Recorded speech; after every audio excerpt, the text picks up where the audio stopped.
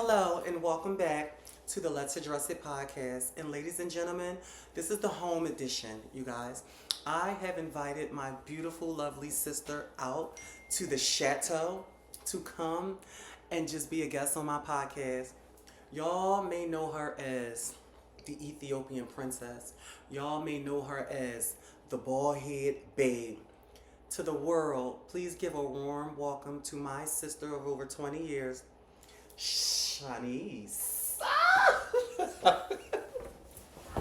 Hi, sister. Hi. Hello, everyone. I love you. I love you more. So listen, you guys. So my sister decided to come to Philly. Unfortunately, we were supposed to shoot at the studio, but you guys, the technician started raising the price and everything. So I'm in between trying to find me a new studio. So I'm gonna start me a GoFundMe link, and hopefully you guys can just send a little deposit. But we'll get back to all of that later. How are you? I'm great. I love you. I love you more. Congratulations. Thank you, sister. This is gonna be a good one. Watch. So, let's start out from your childhood, from your beginning. You let the peoples know, let the world know. Where were you born and raised? I was born and raised in Washington, D.C. You got any siblings? I'm the oldest. I have a brother and I have a sister. My sister's the youngest. Really? And my brother is like in the middle. Y'all got a pretty good relationship? Well, no, yeah, we do. By me being the older child and me being exposed to so much at a young age, I was never really around. So I just found out recently my brother held that against me. Really? They felt as though that I abandoned him. Why? I don't know. Was you just not around? Girl, I was young. I was living my life. Wasn't my truth. Wasn't my child. I mean, how fast was you moving? Girl. I mean, but the world though, yeah. I've been moving fast. I was moving fast since like 12 years old. As a matter of fact, when did you start your transition? At what age?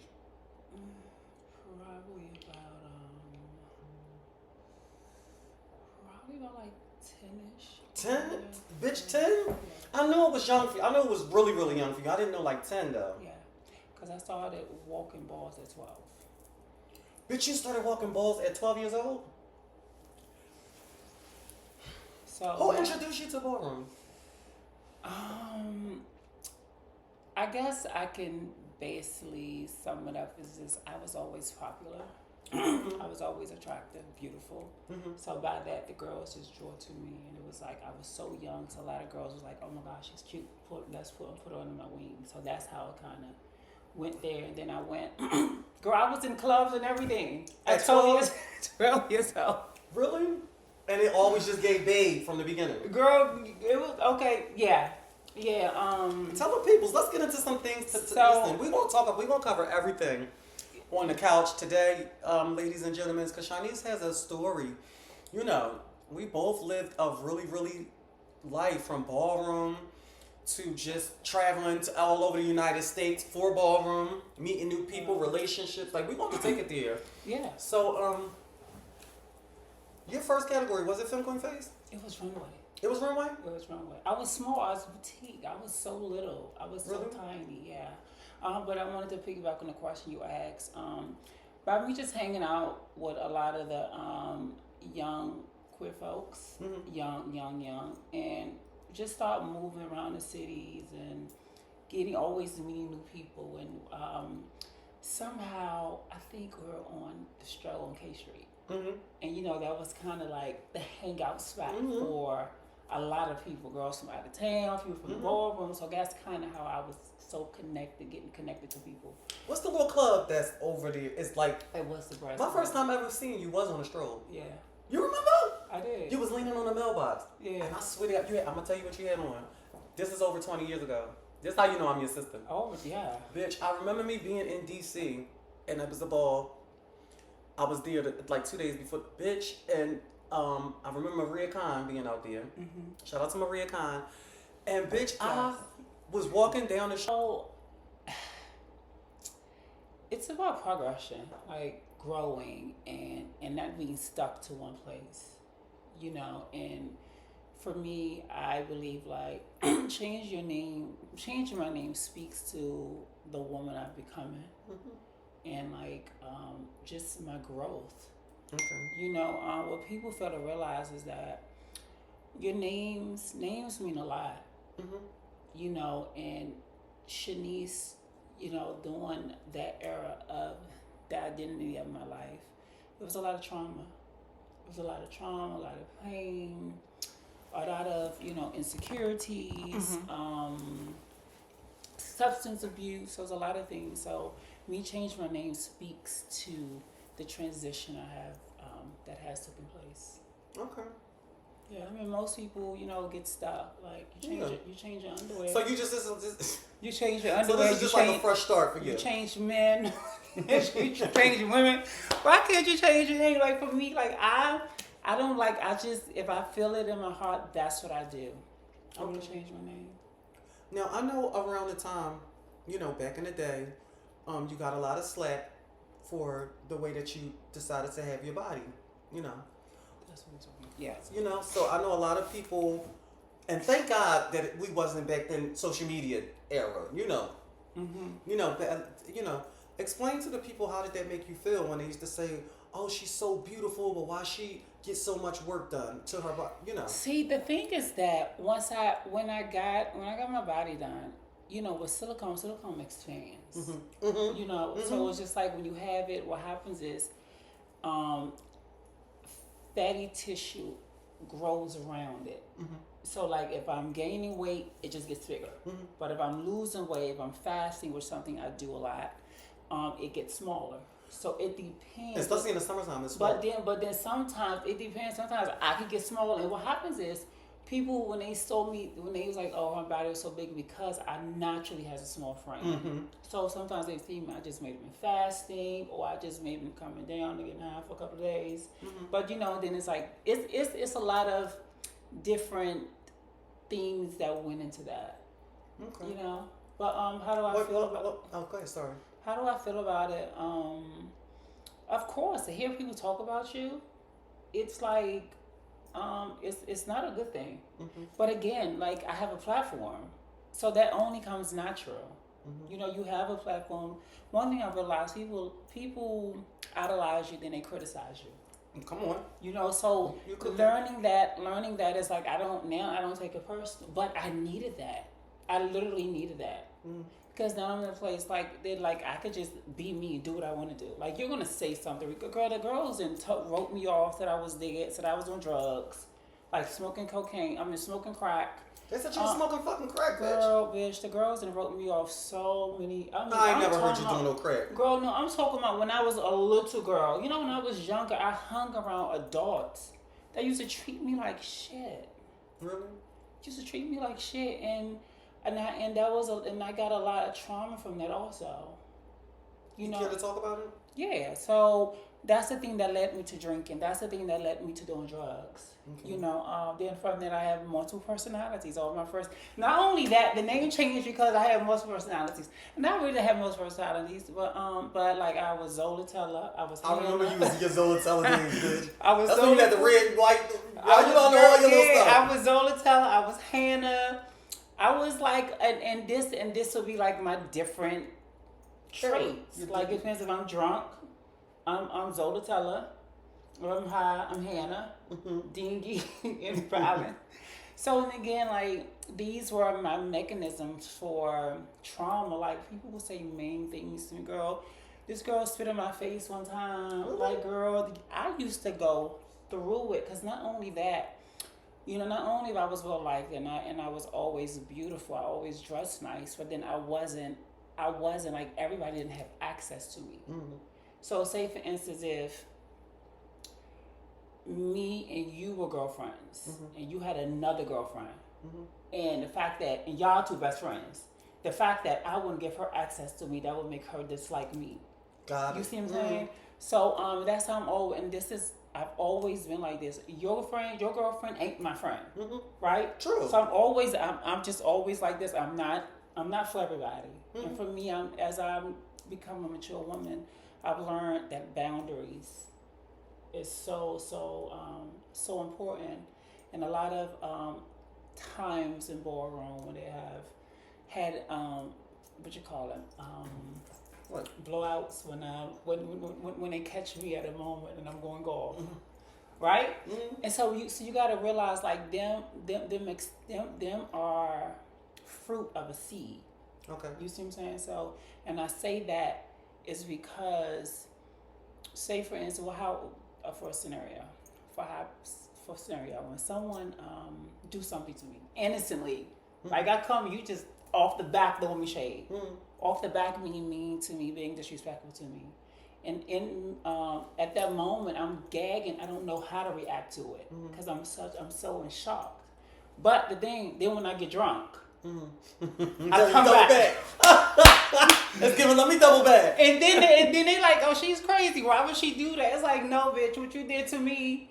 This how I feel. I've been sitting home meditating, thinking about that. How I could have corrected you. How I could have gotten your shit. How I could have put you in your place.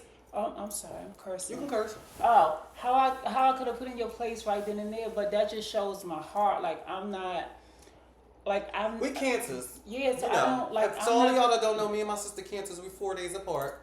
Yeah, but she's the mother of the zodiac. Yeah, I'm not trying to like. Again, I'm for community. I'm for this harmony and unity. So it's like it's never my intent to ever make somebody feel out of place or make somebody feel offended. But that's just my presence. And many times I have to bear the burden of that. I'm glad you opened up and you because a lot of people don't know, like when we femme queens and we joined ballroom at such a young age, we done seen a lot of our girlfriends die. We done been introduced to drugs at a very young age. Just all of that trauma. That's trauma. Yeah. And I want to say, like, it's a blessing that we still here, but in our right state of mind. You understand what I'm saying? Because all of that stuff can. Girl, can I go ahead, take them to church. Not only we here in our right mind, bitch, we don't look like we've been through. Sad but true. Hard but fair. No, sister, no. You understand? I look around and I thank God, like, and because of my experience, I can only say it's only by the grace of God. I am a Christian. Jesus is my Lord and my Savior. Get that out the door. And I can only say, like, if it wasn't for the grace of God, I don't know where I've been. Literally. I want to touch on this with you. Sure. Because I'm extremely spiritual as well. I pray every night. I don't even, it's not formal with me. I pray while I'm just walking around. In my mind, I talk to my God. And I used to go to church every Sunday, and then when I moved to Texas, it was only like Mexican church, so I stopped. I going. Forgot about that situation. And we can talk about all of this. And it was like, then I started seeing all of the hate that they give trans. And then it would be sometimes I would be in church and the pastor just come stand right and talking about homeless. It's just like, I didn't come here to feel attacked. Yeah. It makes you feel like, well, why am I being singled out? Like, and I hate when they try to say that being homosexual or being trans is like the ultimate sin. Like, adultery is not, or like being a murderer is not, or being an arsonist is not. Like, in the Bible it says no sin is greater than the next. Right. Why do they make it seem like being trans is just like we going to the hellfire? So what happens with that is that it's self-reflection.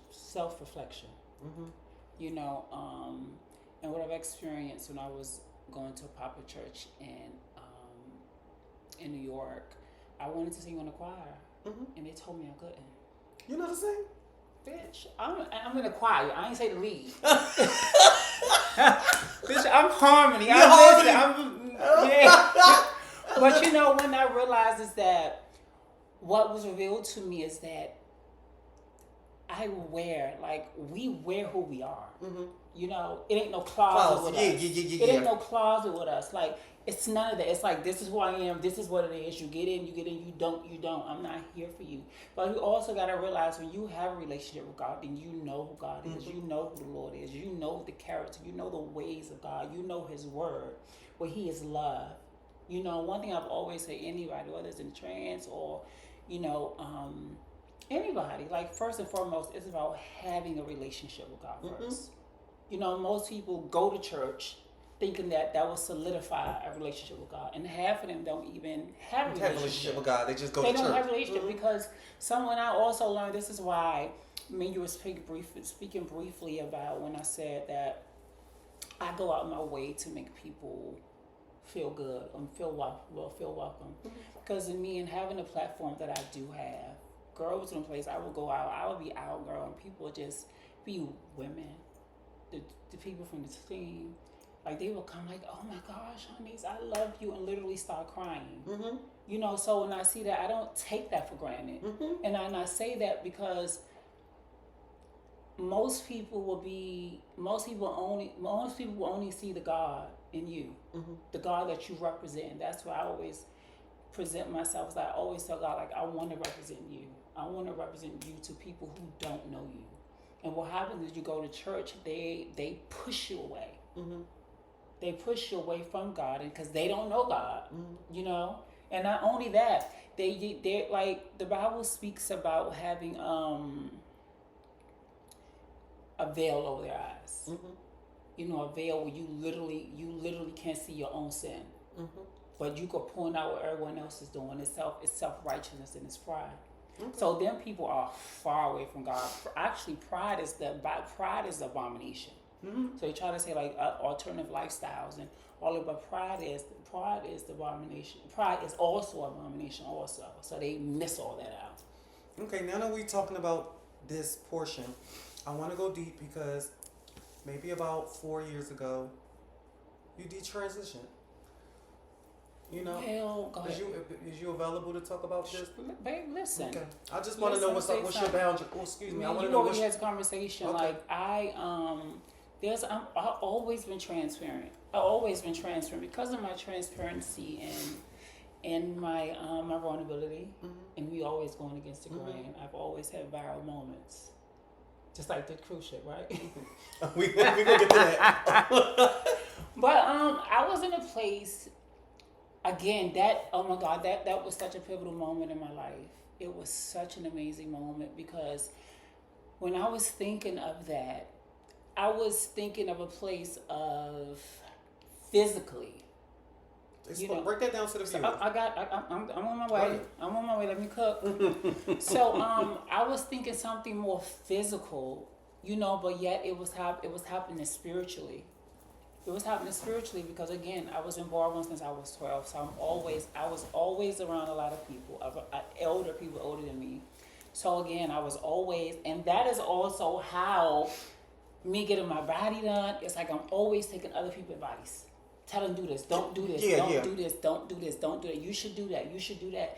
And then it's like, in that phase of that era of detransition, it was like I was detransitioning from so many other voices. I could hear my own voice. You couldn't hear your own voice? I lost my own voice. Got it. Because I was living for everybody else tell me.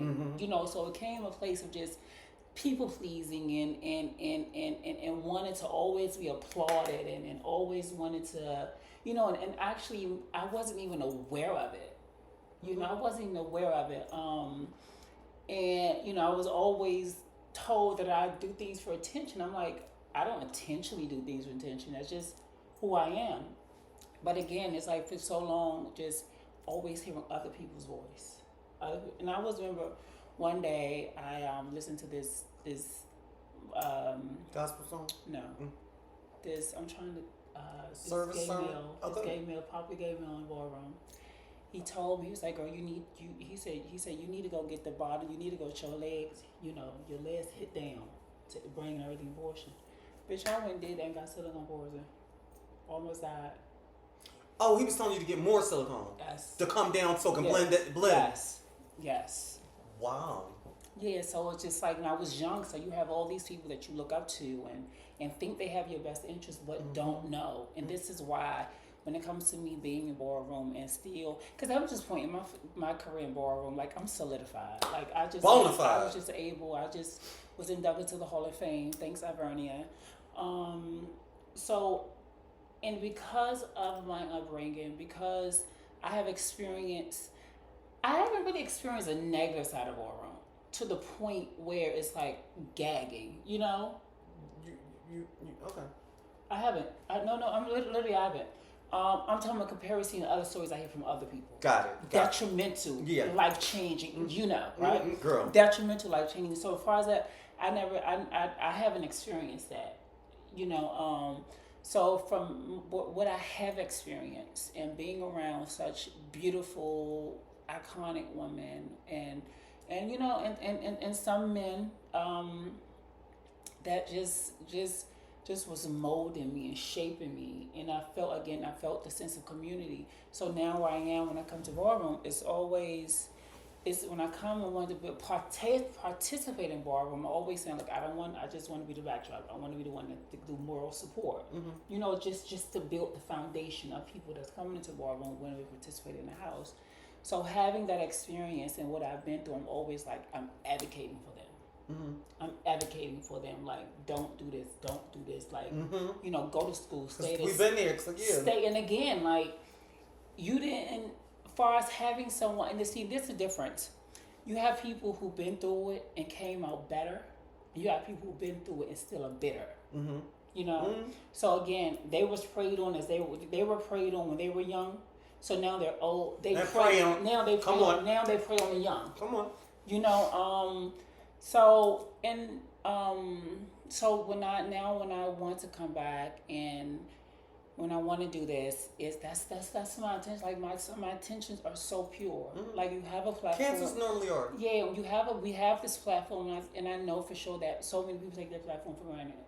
And I believe in God, and I believe that we will all see God, and we're all going to meet God, and He's going to judge us all. And we're going to be judged for the way we handle people, we judge the way how we influence people. Like you were talking about the Donald Trump situation. You know, like he said something, and he had people that were so attentive to his every word, and look what happened. You know, and it's a staple. It's a statement of just how to me how important when you have a platform and just being able to influence people, especially for me, you know, being able to influence generations of people, and I don't take that for granted, and I want to be able to always pull back in, because it was pulled back on me. Like if it wasn't for ballroom, the women and the men that I came up that took care of me, you know, back then I don't know where I want to be. Where I would be. There was some that was like, oh no, don't do this. Don't go around them people. No, you don't need to do that. And so it's like it was so important. It was so important. And many of the girls like, you know, Misha, Cheyenne, who else? Misha, Cheyenne, like Carrie. I love me some Carrie. Who else? It was Sanaya. Was you in Sanaya? Yeah, Sanaya. Sanaya too. Who? Misha? Bitch, your girl. Wait, hold on. Rose. What? You know, bitch, because this thing, the tag team dynamic duo, the mother and daughter, bitch, it was the unstoppable chocolate babes. You and Ayana Khan. What about it? Like, bitch, y'all was the show-stopping girls in your era. You and her was like unbeatable. Actually, we talked about this, but the camera had cut off. SHANICE is my sister that's sitting right here right now is the only girl that has set everybody.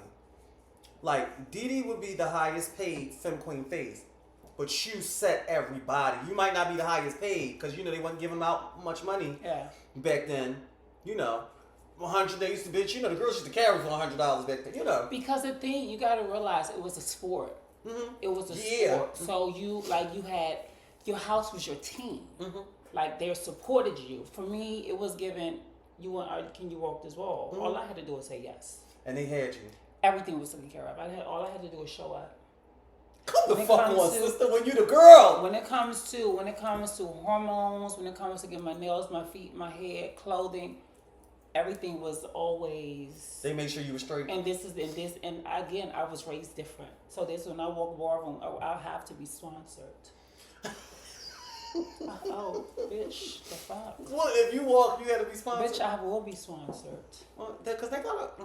I will. I mean, again, because this is. We've been doing it for so long. No, I shouldn't have to come out of pocket. No. This is This is train a child in the way it should go. He should not depart. That's a Bible verse. Okay, I was trained. I'm a woman. I was again. This is what's supposed to happen. But again, this is when the Butch Queens wasn't intimidated. By the girl. This is not what they were intimidated. They wanted to be with you. They want to come around you to learn your shit, then turn around and get in it. Come on. Then get in it. But and to each his own. Mm-hmm. But it's a different era. It was a different era when the boys were the boys, the girls was girls. There was no pronouns and all the I get it. I accept you. But no. I mean the thing about that because it's just and to each his own. But from my experience, I'm just speaking about my upbringing, what I'm used to. Okay, so let's stay on because you're such a big staple, a bona fide icon, Hall of Famer. She just yesterday they just made you Hall of Fame for Philadelphia at the Philadelphia Awards Ball, which was yesterday, you guys. Is this is not your first Hall of Fame though, right? You should be in DC or New York. So I'm not too for sure. Okay. But literally, let me say something. Like I literally don't take it that serious. Me neither. I don't. So when people when they oh my God, it's like. And again, it's to be like, oh, okay, not that I'm being pushing you off or not being one to be attended. It's not that important. We did it for the fun. Yeah. We got the. But I don't even have any of the trophies. No, I do. I don't. I don't take that stuff home with me. I don't need to be reminded that bitch I was out here being a faggot this night. Oh, stop. I was out here voguing and sweeping these people's grounds. Stop. And, I done got up in drags and put this gown, leaves and carrying on. I don't need to be reminded of that. Okay. Just the envelope, just the coin. But let's get back to you. You are a bona fide icon in the new Hall of Fame, and you have reigned and you have beat everybody. But what always sets you apart from the crowd is you were able to do it bald-headed. Mm-hmm. But I'm not the first girl that did it bald-headed. Well, who was the first girl that did it bald-headed? Well, the first girl I've seen do it bald was Tanya Prodigy. Tanya Prada. Yeah, Tanya Prada. Mm-hmm. Yeah. Tiny Cartier did it too, but it wasn't her normal. No, Tanya Cartier. Tanya from Philly. Yeah. But I thought she was walking labels. She walked face quite a few times. Okay, how is she? She's doing really good. Okay, shout out to Tiny Cartier. Tanya. But she's always sweetheart. Tanya Prada always. See, this is the thing. Hold on. Let me give you your stuff. Tanya Prada was doing it with short blonde hair. You were doing it skin bald. Like, come on, we gotta stop. It's a difference. Because Renee was always Renee used to have a short blonde hair a lot. And when she walked face, but you were doing it skin bald. And then you were doing it every time. Yeah. And you were sitting the girls with hair. Of course. Thank you. With or without. With or without. That part. As a matter of fact, one of my favorite nights of you, because we was together all this whole weekend. Right. It was me, you, and what's the child name? Asia Lee. Yeah, Asia Lee. Yeah. I had just came home. Your teeth so white. Thank you. These are my natural teeth too. Okay. Now take Listen, mine. see y'all. Listen, me and Shanice was together because me and her have been sisters, y'all. I promise y'all, literally for over 20 years. Mm-hmm. And we just always just really had a great relationship. And what I was about to say. This weekend, Shanice was preparing to walk. I wasn't on the walk. Oh, you wasn't? No, it was you. It was like you. Oh, I sure was did. Like, you come and get this money. It was for $1,000. And that's how it be. Like, I do not be. It be because we got all of that day before. That a day. couple hours. Because you was like, bitch, I'm going to take you this. We're going to go to. I'm like, I be so over it. Because for me, not just to throw the snippet in there. Mm-hmm.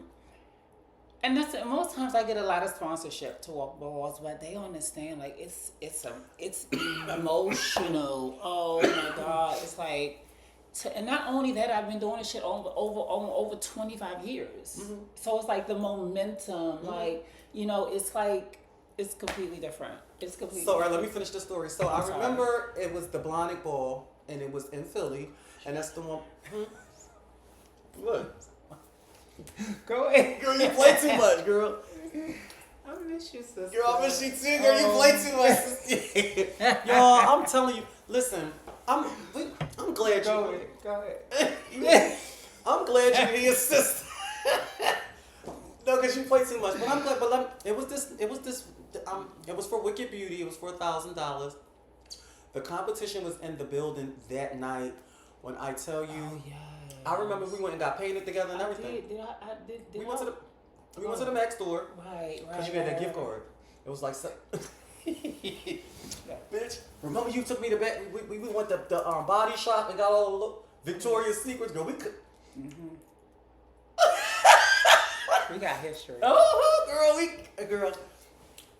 Okay, so people did walk. Not Anjanae. Lola Octavia walked. Octavia wasn't there. Octavia was there.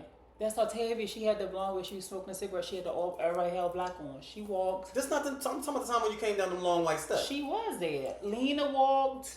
Zola. Lena got shot. Lola walked. Nadia walked.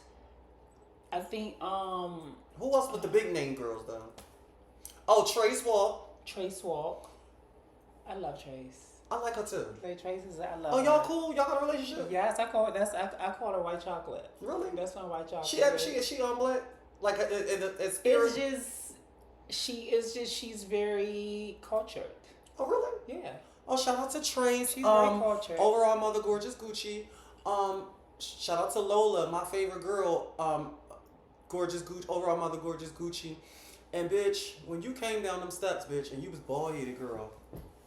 Who picture you took them? Because we was in the Mac store. Who was it? Elvira, or it was somebody's picture? Girl, it was some villain. Was it Morticia? Or it was Morticia?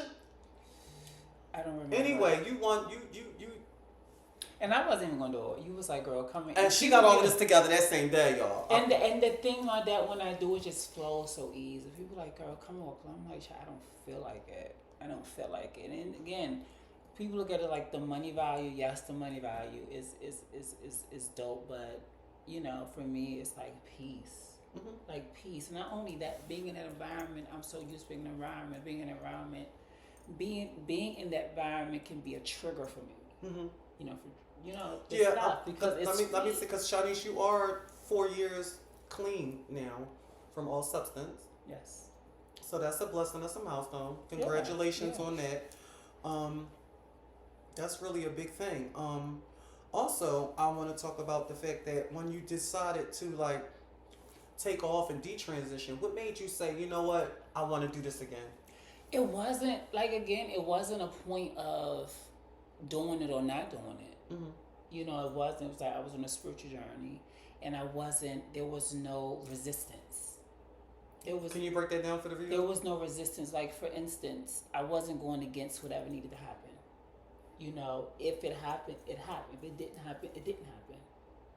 So I'm kind of confused, but I want you to explain it to him, because when you was D Tristan, I remember you changed your name on Facebook and everything back to, I'm not gonna say the name, but you know, and it was like that for a while. Always church, scripture, and all that stuff. I remember you used to send them to my phone in the morning, you know, and what made you say, hey, I'm like, you know. That's what I'm saying. It wasn't a decision. It was flowing. Like, what happened was happening. Like, I wasn't in the moment. That's what was feeling. That was I was experiencing. And not only that, that was I experienced. It was like I was a voice. Mm-hmm. I was a voice for a lot of other people who were going through that. When I tell you, I was going through, I had people from all over the world reaching out to me. Really? Literally, like, I had people reach out to me, so I'm like, you know, I just, my parents not accepting me, and I really want to honor my mother and my father, my family, but it's something I want to do, like, because now I see you did it, now I have peace in doing it. So it was just like, and as I say, I believe that I am a voice for the people. You know, because I'm vulnerable, because I'm transparent, and when I'm feeling something, I'm going through something, I don't mind talking about it. And most people have a problem with it. But again, at that moment, during that time, I wasn't see what God, I wasn't aware what God was doing in the background. For a lot of people, it brought them freedom. A lot of people brought them clarity. There was a lot of girls that was doing it, but felt that if they would have detransitioned, they would have been ostracized by their whole friends. You know, so it was a lot of people, and it was like, and that's how I took that. But again, it was for me to do it. I was going to do it because at the end of the day, my alliance is to God. You know, the Lord is my everything. So again, it was, you know, from where I am now, retrospect, looking back, what I have made peace was just like the overwhelming support that was going. You know, I didn't really care what people said about me because I know I was under divine directions. But what the feedback was how many other people were receiving breakthroughs, how many other people were receiving peace, and having this constantly warfare in their mind. Like they had no one to they had no example. Right. They had no example. Me having a platform, and people were like, oh my gosh, she's beautiful. She's these all these exterior things. And it was like, wow, she could do it. I can do it. So that's how I looked at. That's how I looked at that. That's what's up, sister. That's a blessing that you can bless other people's, because you have such a large. I don't want to call them fan, like a fan base. I don't like really, but you a love. They fans of yours, but you know. But and it's like I be gagging because sometimes like I don't, and it's not only the girls in the scene. It's like the cis people, the cisgender people, literally, also. And like I'm really grateful for that. I don't take it for granted. You will forever be known. Let me ask you this, and I want you to be honest. Why would I not be honest? Go ahead, talk to me. When and I'm gonna ask y'all. This is a question I want to ask to the Let's Address It platform. When y'all think of SHANICE, do y'all think of SHANICE Khan or SHANICE Ebony? Like which, you know how Dee would be. You think of Dee as Chanel. You know what I mean? Yeah. Even though she's over our mother Lanvin. You know, shout out to the House of Lanvin. Exclusive. I think I won more with. Ebony. Really? Yeah. Okay. The thing about oh my God, I have 4 necklaces on. Did the other one fall off? Yeah, it was hanging for a while. No, that's my Hermes necklace. I see you got your Hermes bracelet. It was right. Oh yeah. Yeah. See the dynamic about both of them. We were families. Like we were families. Like us. That like when I was in the House of Ebony, that was Mother DC chapter, and we literally all lived together. And when I was in the House of Khan, like we was literally together like every day. It was so family oriented. So when I say like this is what I was brought up, like I was heavily supported. You know, so when I think of all of them, like oh my God, like just imagine if that type of dynamic was possible. But you have people with agendas, you know, genders, and it's just it takes the dynamic away. That what made Ballroom fun. Because it was literally a community. It's like the girls would battle each other. And really be friends. And go out, kid. And go out. We in a club, kid. We would go to after hours at the other club. And it was and have a good time. And it's like now it's just... But the Butch Queens do that to the girls a lot, though. Oh, bitch, you know she wasn't supposed to win over you. And that's what caused a lot of friction between the girls. Have you ever experienced that? Like... No, because the thing is that I didn't. You didn't feel no type of way whether you won or lost, but did they ever feel like, you know, start getting... Like, okay, like... Girl, I never paid them attention.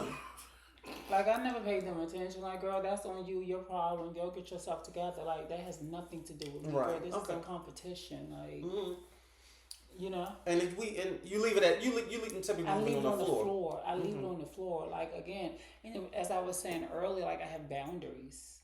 Like, everybody ain't my friend. And I'm not trying to make friends with everybody. If we mesh, we mesh. Me and you mesh perfectly.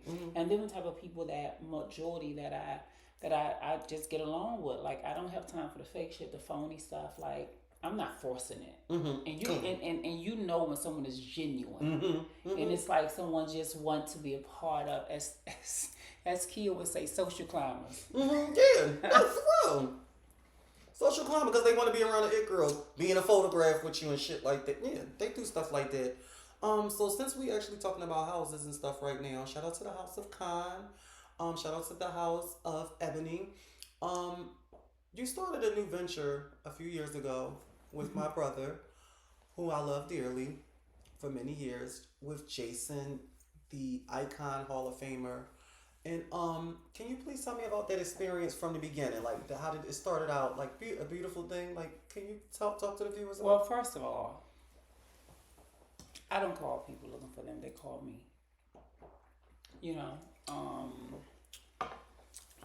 again, just knowing how I am, and again, I have boundaries, and not. I'm an older woman, so my peace is so important. Mm-hmm. My peace is so important. So in the beginning, it was contacted. Him and Caesar. I don't know how it went, but that was the conversation. I was debating, like, do I want to do this? Do I want it? Because again, I was mother of 2 other houses, which were pretty much successful. Mm-hmm.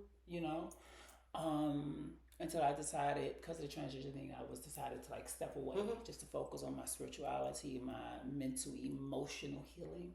So I just felt like I need to just put this time and just focus on me. And so when I had the conversation, I'm like, I don't want to do it. And despite the mounting advice, upwards climb.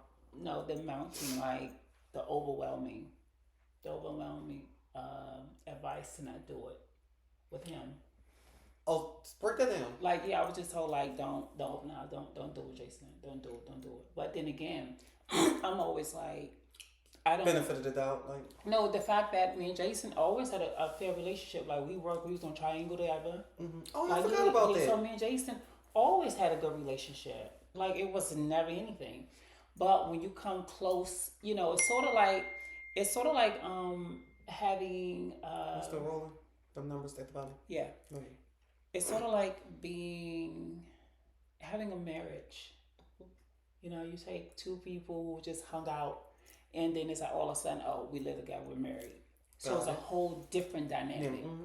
So one thing about Jason, what I experienced, Jason is more outgoing. Jason is more of a people's person. Social butterfly. Very, very social, which nothing's wrong with that. But for me, I'm more introvert. I don't mind being around people, but it's I'm really particular to the people I want to be around. Mm-hmm. And I believe in that moment, there's times where I was being forced to have people, to talk to people, forced to do things. I'm no, that's not a part of the agreement. That's not what we y'all had an agreement. What was the agreement? Let's just set the record straight. The agreement was me basically, as I said, the situation that me and you was talking about, the current situation, mm-hmm. is that I just want to, and I spent the whole interview, it's I just want to come back and do the moral support. I wanted to build the foundation. Mm-hmm. Let's build the foundation. Let's build a family unit, right? Mm-hmm. And it was kind of more like how I felt, more kind of ballroom. I said, I don't think it's fair, mm-hmm. for you want me to force me to have a relationship with people only in ballroom.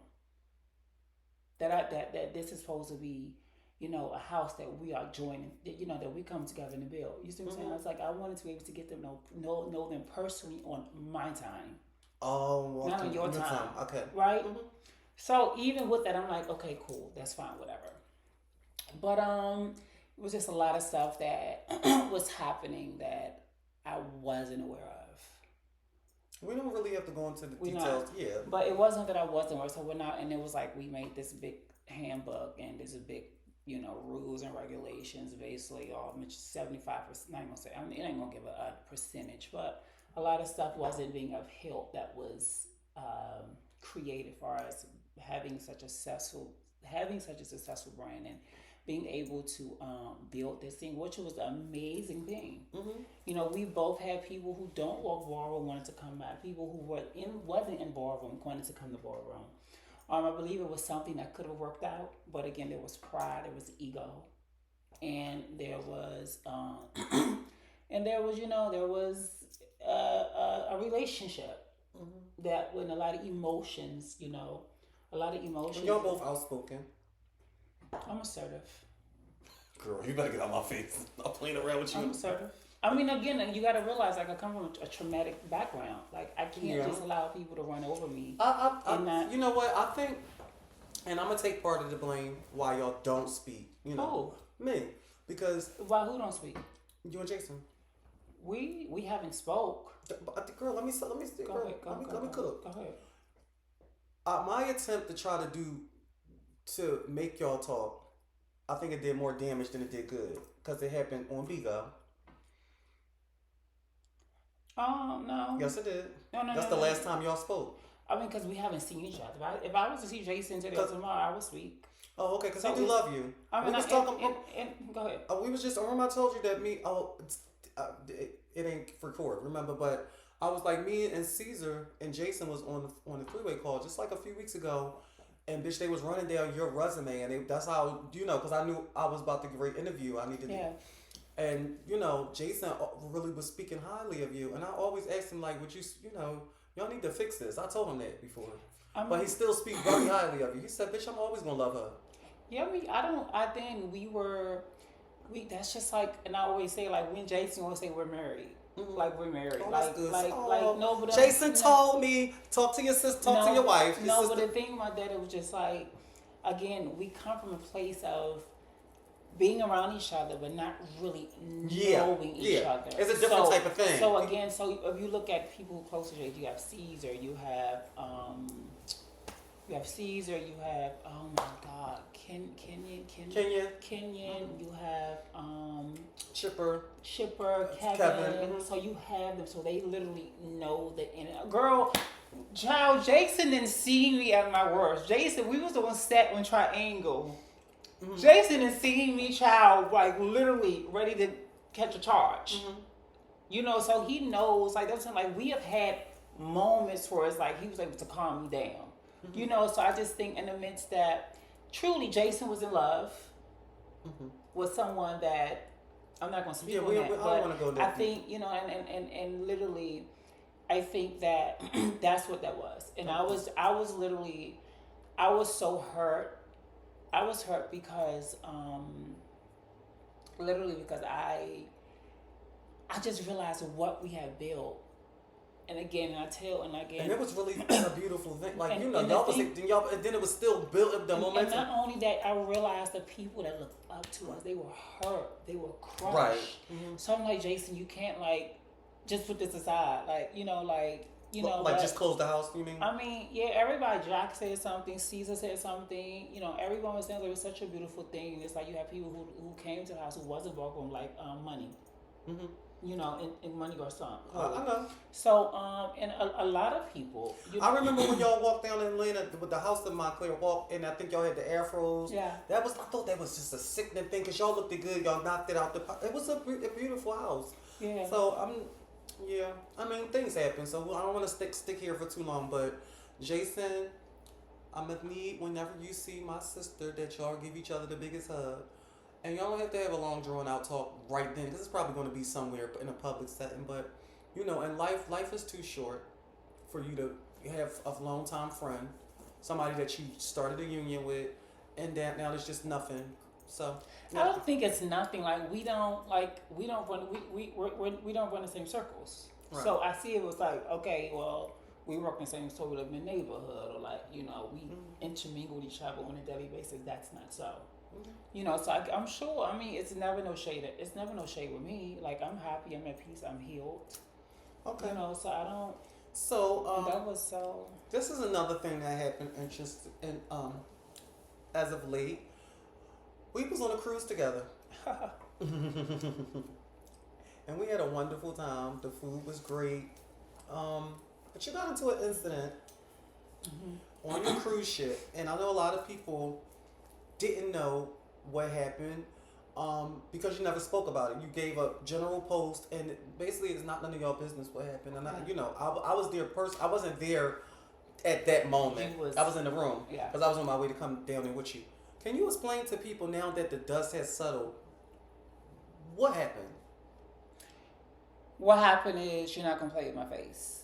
What happened is that's not. And then I had some cocktails, obviously, right? Mm-hmm. Obviously. So, it was just, first of all, the comedian, my little cousin, I was there on a family trip. She was there on her family reunion trip, and I came, and I was like, I want to go. So there's a lot of rumors that went around, phone calls, basically saying that I was on a trip with a lot of girls because they knew you were with me. they knew that you came on the trip with you know. So they thought it was all fun point? I don't know. They just thought like, oh, from what I heard, it's like, oh, child, she went on a cruise with a bunch of the girls and they all got drunk and probably full, and now she. No. It was nothing like her family was there. Her son was there. We're gonna get back. We're gonna get into that portion. But it was her family reunion, and she told me about it, and I was like, oh, sister, I want to, because me and her really had been sisters for over 20 years. And go ahead, finish telling your story about the comedian. So the night before, my cousin were, it was a shit. Everything's going on. So the night before, my cousin was at the show, and I guess the comedian guy was making jokes at him. So they kind of laughed and kikied after it. So the next following night, me and my cousin at the bar, so the comedian stays because at the bar. So we all day sitting there laughing, we all kiki, and all the time he's cruising me. He's cruising me. So then once the show starts, I go downstairs and I'm like just sitting. And of course, this white couple was like, "Well, come and sit next. You can sit right here." So I go and sit with them, and then they were talking to me. Then this couple in front of us turned around and told us to shut the fuck up. Really? Yeah. And that's so the white couple told you can come sit at that table because it was the round tables, and you sat there and y'all just talking, being friendly with each other. We were talking during the comedy show, but y'all just was just having regular friendly conversation. No, it wasn't the fact. It was like they were starting to communicate to me, and I'm like, it wasn't like we was in a whole full-blown conversation. It's a comedy show, right? So we were talking, in which we had the right to do. The table in front of us looked back and said, "Would y'all shut the fuck up?" Really? And then that's how we got into argument. So we got into argument so you didn't get into it with the comedian. You got into it with the other table first. Let me finish. So then a comedian came down there. So he started, like say he was heckling, whatever. Yeah, heckling. So what does that mean? That's like when they pick somebody out of the audience and start busting on them or doing jokes. Yeah, so so again, I'm already super agitated. Like as my son would say, super duper. I'm already super duper agitated. So he came over and just was popping shit. And I'm like, yo, you need to go back over there. You need to go back over there and just do your show. And so he went over there and just kept talking shit. So I'm at the point, I'm just like... So now you arguing with them? No, I fucked them. I'm on him. Oh. I'm on him because now you got the mic. Microphone, you the loudest one. And now you on the mic, and now you bringing extra tension. So, and again, all you had to do was just like, listen, it could have been a situation that could have just... Been diffused. Like, at this point, everybody's drunk. We're on the cruise ship, bitch. Yeah, so everyone is drunk. So again, I'm like telling him like blah blah blah blah blah blah blah. I'm doing barking. I'm cooking, stirring, seasoning. So I'm like, yo, and I'm DC, so we like, what? Like, no, you not about to sit and just talk this type of shit, and you had nothing to do with this. So he just egged me on. And I just like, no, and I went to like, I will punch you in your fucking face. Did you throw your shoe at this man? I sure did. Because I couldn't get to him. You know what? I want to give you your praises, right? And I want to let the world know this. Throughout all of that went on for about 10 minutes and you yelling at the top of your lungs, you never got spooked? Was I supposed to? Was I supposed to? Do you see me? Ashley, girl. I'm so happy that you, sister. This is so good. I'm so happy. See me? I'm so glad this is. See this? Like, what are you talking about? I'm so glad. No, listen. Let me finish the story. So what happened? They said when I threw the glass, it was I threw a shoe. And then you threw a drink. Yeah. So let's say one of them hit the Who? The crack the TV. They had what you call the fucking thing? The amphitheater. The thing where they have show stuff. Oh, the monitor. The monitor. I broke the monitor. Oh, you broke the monitor? Yes. So and then it was a whole big thing. I had to get like a security and loss prevention, and they were saying like it's an assault on the worker, and I'm just like, fuck all that. I'm like, he tried me. I'm like, he literally tried me. He literally tried me. So they was like, when you go to bed, you go to see him come and you leave before you leave the ship, because we left the ship the next day. Mm-hmm. We left the ship in the morning. So he was like, just come. They was like, just come downstairs and we have a full report exactly the damages and stuff. So I came downstairs. We were talking, and he was basically like, well, you know, you have He was like, you know, this is the damage. It's caused this much. You know, you assaulted you insulted a worker, and he was trying to get a statement. I said, sir, I can't give you a statement. What kind of statement? You know how you do an affidavit, like, you know, like like. But they would have been admitting that she was guilty. Yeah. So basically, it was like basically saying, okay, tell us your version of what happened. Mm-hmm. And I was like, I don't have legal counsel. Right. I don't have legal counsel. So literally they couldn't do nothing because we wasn't in the United States. Mm-hmm. We were out of the country. Mm-hmm. We was on international waters. Mm-hmm. So years and when he just said, like, just go. he was like, just go. He was like, well, you are serious. I'm like, I'm not telling you anything. I'm not writing down anything. I said, I don't have legal counsel here to count. Oh, you got a smart cookie. Yes. Okay. I'm like, I'm not about to sit and listen, no, girl, because I went in that room and I prayed. You was praying, girl. This thing, I remember you came in. You remember you slept on the deck that night, girl. Yeah, but y'all you was like, praying, oh my girl. God, listen, girl. You was in your praying, girl. Girl, I was in there. I was out on that thing. Because I stayed the night with you that night. Yeah, I was tired. I went that back for. Because you know what, y'all? This is the thing. This is one thing I'm going to say. No, she did not get spooked. My girl, literally for the fucking 4 days, we tore that cruise ship up every fucking chance she got. I mean, my girl was at every activity. My girl, every time the boat docked, she got off. My girl, I went to the beach. Like, you really would cover every square inch of that fucking boat. And, you know, you tore that boat up, bitch. Like, you the girl. Oh, I mean, again, so when I don't see it like that. Like, because you just feel like a woman. I mean, not I feel I am, but you know, the thing is just like I'm being me. I'm having fun. Yeah. You know, so I really don't. Your energy was real high that whole. You know. The thing with it, I really don't, and the people can take it. Bitch, because you was tearing them up, girl. But you know, the thing is just like, this is just who I am. So it's like, I don't give thought to, like, people, you know, you hear, I get a lot of compliments. Even, you know, when Ballroom, a lot of people look up to me. It's just like, I don't take myself that serious. Mm-hmm. Like, I don't. Like, for me to get upset or, you know, any of that. So we was, not to cut you off. Me and you just was, and I'm so glad that I experienced that with you. We went to Frankly yes. Beverly and Maze. That was his last performance, and it was so beautiful. And that's you know what made me. I'm so glad I experienced this because my mother's no longer with me right now, and she used to see him every year at the Essence Festival in New Orleans.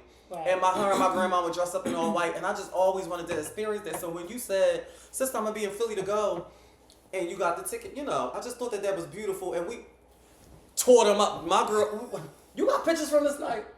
Bitch, when I tell you we both wore white, but my girl had this little one arm, tore them up in there. I mean, and she was up in the yike. Now, Britt, listen, I don't know people that go to concerts and hills and shit, and tore them up. And I do. You do? Of course. You want to tell me stuff. Bitch, they was, listen, when I'm telling you, y'all, when we were walking through, bitch, they were pulling, like, no shade. Y'all know I'm the girl and I'm overall mother body.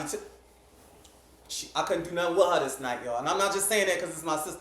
Grandma kept saying that, sister. I said, oh, bitch, I ain't never been shut down like this. You was causing it, sister.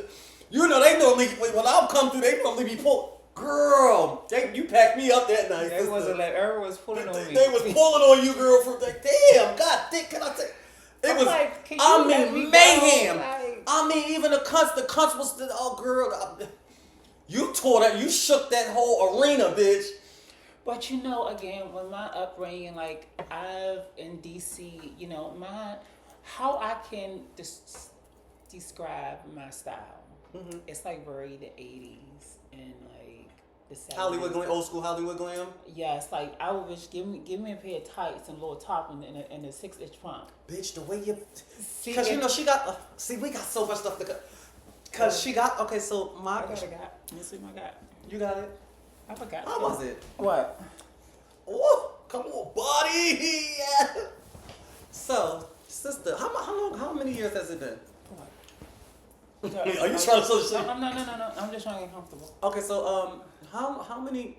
It's probably been like 4 speaking codes. 4 speaking. Okay. How was that experience? It was amazing. I think it's the best decision I've ever made. Really? Yeah, because I'm not like I've never been a very promiscuous. I've never been promiscuous. What does that mean? Promiscuous is just like fast. Like a lot of sex, really. Like just always, yeah. Just Mm-hmm. I've never been like that. But again, you know, my lifestyle. This is me being completely transparent. Because hopefully this interview will set somebody free. Okay. Mm-hmm. You know, our sex worked. You know, that's how I took care of myself. That's how I survived. So in the midst of that, it's probably why I'm not really into sex. Like I don't have sex. Mm-hmm. I'm the same way. I'm celibate. So I say that because now that this has happened, it's like I feel so at peace. Mm-hmm. Like I treasure her. I don't know, her name is Persia. Persia, the pussy now. So I treasure, like it's kind I can see it's a new kind of joy over you, and you know what? I can tell it brought a whole new confidence, a level of confidence. Cause bitch, the way, you know, you always broke any place you go to up, but bitch, the way you was just like, wait, what happened? What's going on? Well, I'm not being attacked. It was, and then Shanice, it's the way that you walk your top. Bitch, that's the way you arch your back. Bitch, you just look so cunny and so. I live for you. I live for you, sissy. I'm here for it. No, because bitch, you know when you walk, bitches, and then even when you be walking face and you sell it, bitch, it's the way you hit. Like, girl, you so dainty. Like, look how you just, like, sister, the girl, like you are the girl. The thing. And now that Persia is here. You are really, really the girl, the official girl. I'm so shady when it comes to dudes. Really? Girl, because all of them are perverse and hypersexual. Mm-hmm. Like, I don't got time for that. Like, I don't know. I want to be treated like the queen. Like, no, I don't know. And if I want to have sex with you, let me Want to have. Mm-hmm. And the thing on that, I don't think it will happen, but one thing I've always, and it's a generational gap too, because back then, men will court you. So I'm always used to being courted in such a way that like, oh my God, I want to have sex with him. You know, it's like, let me pick you up, take you out. Like, come on, or not only that, just like I have this one child, my friend, we still talk. Like, we just get in the car, he come pick me up, and we just go ride, just go out ride, and we go to wherever I want to go. He'll go take me, buy me whatever I want. And it was just like, and we was doing that just without any type of sexual, no type of sexual contact. Mm-hmm. So it's just like, he was literally, and them type of men that I try to stay away from also. Wow. Because, girl, that's how they get you around your feet. Okay. Like, they just spontaneous, and it's such a beautiful thing. Like, if a husband, like, yes. And I often think of him, it's like, it's just the little simplest things. Like, come, let's go get something to eat. Did you eat breakfast this morning? I'm gonna pick you up. Like, pack a bag, and let's go on a trip. I've been engaged to 3 times. Really? Yes. Why you never went all the way through with it? I wasn't ready. You ready now, though? Honestly. I think about it, but I think me being married, my agenda for getting married is to teach me how to love harder. But we can't, because we automatically love hard. No, because again, for me, it's easy for me because I'm not going to say it's easy for me. Like, I fall in love with the thought of something versus having it. Okay. Like, I fell in love with the thought of having a child versus having a child, So I fell in love with the thought of being in a relationship, being with a man that is extremely supportive and an amazing provider, being in love with that thought and actually being in it is 2 different things. Got it. So it's like, So me being married is like, oh my God, like I want to be able to know how to love someone, and even when every single day for the rest of your life. even in challenging and difficult moments. Mm-hmm. Got it. You know, it's like even when it's like this, like oh my God, like you know, even I think, and I love that. I love to be able to, and again, it just speaks about who I am, my character. It's like I want to be able to love somebody who's the most difficult, not the most difficult person, but love someone in the most difficult circumstances. Right. When the chips is down and when it's so easy to throw in the towel. Mm-hmm. You know, when I think of marriage, that's what I think of. Mm-hmm. You know, and it's not complete, but it's giving like, yeah, that's what. But you in the right mind space to receive that kind of love and that kind of companionship. Yeah, and I don't. It's just I would like a non-sexual. Really? Can I ask you a question? How many? Did you touch the water? Did you got? You know. Girl, yeah. But then the thing about that, one thing that prevents me from, and girl, because the thing about that is it's a dangerous game. What you mean? It is like, you know, because okay, for me, men always wind up getting attached to me. Really? Girl, yes. And now having a snatch is giving like, girl, and if he get hooked and he get to going off, one thing that bitch scares me is having someone stalking me. Coming home and having somebody sitting in my house waiting for me, waiting in my apartment, like literally, that would frighten me. Mm-hmm. Like that would literally scare me. You get, and then these days, they'll kill you, girl. Having someone like come and kick your door in because you're not answering the phone or pull a gun out. I had guns put on me before, but having, you know, it's like that is. I'm 42 years old. Like I'm not 24 or 19 years old. Like, I'm living for, we used to live for little shit like that. Yeah, it was like, oh my God, like he put the gun out. He left me. Well, he choked me up a little bit, girl. Yeah. You know, just a little mild choke, or maybe a little backhand. She yanked on my head. And we used to be living. Girl, he took my keys. I cannot be. Girl, he took my car keys, girl. Oh my like, fucking God. I ain't got time for all that. Like, no shade, sister. Now that we talking about it, I remember back in the day, me and my cousin, her name was Kenya. Well, her name, she's still here, but we don't really speak no more. But we used to always say, because we both femme queens, bitch, I can't wait for my nigga to slap. I want a boyfriend that'll choke me up and slap. And we used to want that up until the fucking point when it happened. Bitch. And I used to have this really abusive boyfriend. And he had just came home from jail for murder. He had beat a body.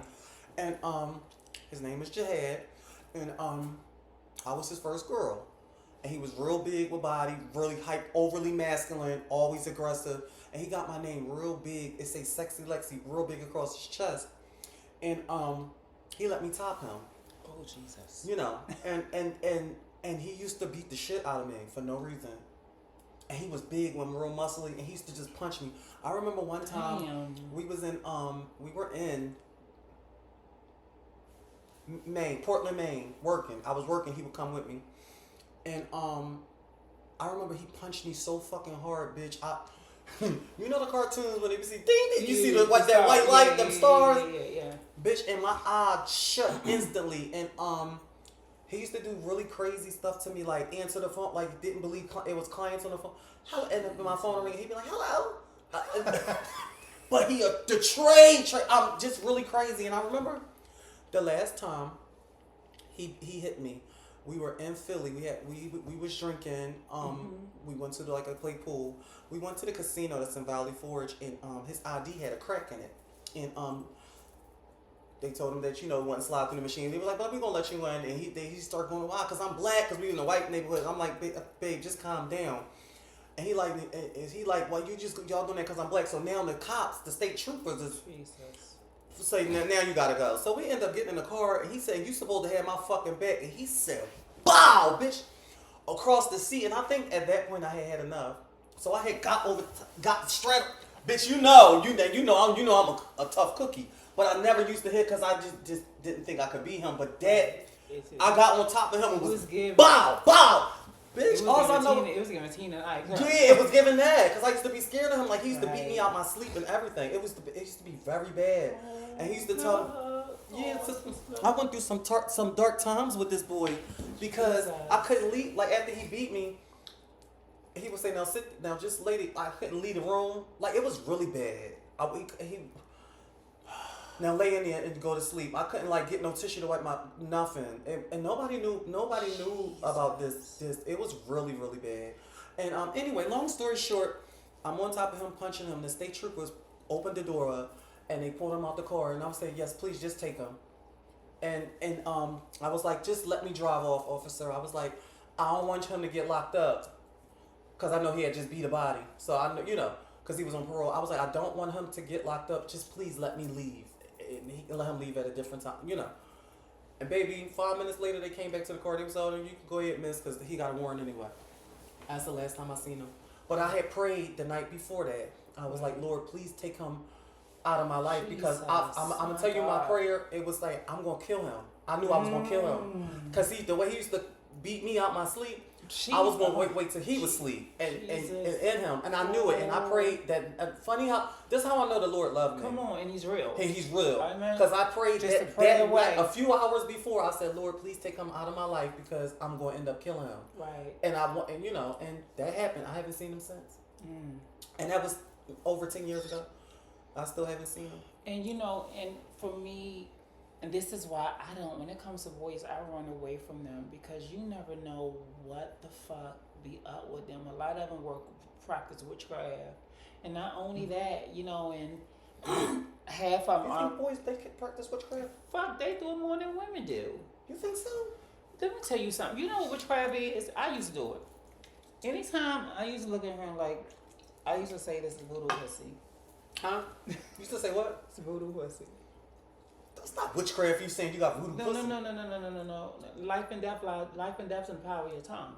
You speak life to everything. Anytime someone sit and masturbate thinking of you, that's witchcraft. Because again, everything is spiritually. It's spiritually. Instead of you having somebody like, "Damn, you want to like that. I'm looking at you for a long time. I jerk off to you every night," and they finally have sex with you, they manifested that. Oh, bitch, I never even really cut. They manifested that. Because, sex magic is real. That's how you really manifest stuff. Do you know you have sex and you have an orgasm? That's the highest peak that's the highest ecstasy you will ever feel in a natural body. It's nothing higher than that. Oh. I'm talking about like sober. Mm-hmm. You might get on drugs, all that. Yeah. Again, it's like when you have sex, you open your spirit up. Mm-hmm. That's what the Bible said, that two men become one flesh. Anytime you have sex with anybody, y'all become one in that moment, because it's a spiritual exchange. Excuse me, okay. So anytime a guy can be like, "Damn, like you sit and just," I speak health over my body. I touch my body and I touch like healing. I pray for health, I pray for a healthy heart rhythm. I pray for that my blood will flow. I'm gonna start doing that, sister. Yeah, teach me the way. Yeah, like you. Because I know you are Jesus people, so bitch, it ain't nothing you can tell me that I would think otherwise. Not only that, you gotta speak over your mind. You gotta speak over yourself. You gotta speak that I'm health, I'm life, I'm abundant, I'm prosperity. I have a sound mind. Like, I have positive mindset. This is called affirmation. So you have to literally speak over your life, because again, I learned this when I was a child.